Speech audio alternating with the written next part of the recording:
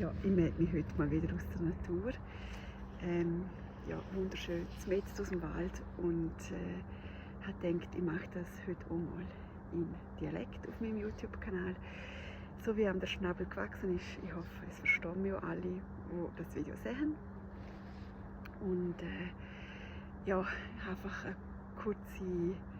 kurze Gedanken will ich mit euch teilen. Und zwar ja, sind wir jetzt schon wieder im Februar, gell? Und die Natur verwacht. Es ist zwar noch sehr, sehr kalt, aber man merkt, ja, das Licht kommt zurück.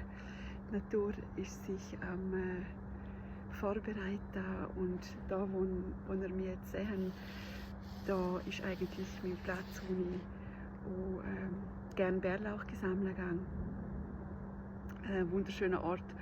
Und wenn ich mir vorstelle, ja, in einem Monat wächst da schon überall Bärlauch und ja, so ist der Jahreskreis, Step by Step, und die Natur nimmt sich einfach seine Zeit und genau das gilt jetzt für uns auch.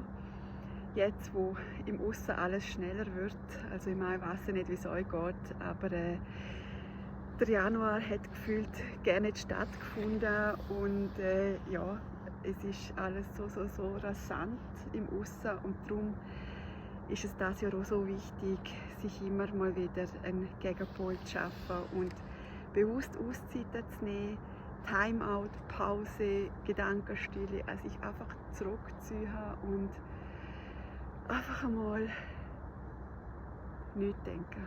Genau, einfach nur sein in der Natur und sich erden, weil ja, es wird so schnell und heute ist gerade der Tag, wo jetzt Uranus, also wenn wir jetzt noch kurz zur Astrologie gehen, Uranus wieder vorwärts dreht, nach mehr als 5 Monaten.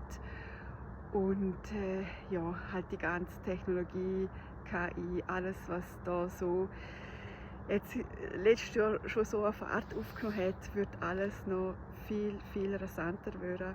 Und darum ist es umso wichtiger, sich bewusst Auszeiten zu nehmen, sich zu erden, dass man überhaupt dem Ganzen noch nahe kommt und sich kann auch bisschen, ja, im Balance halten.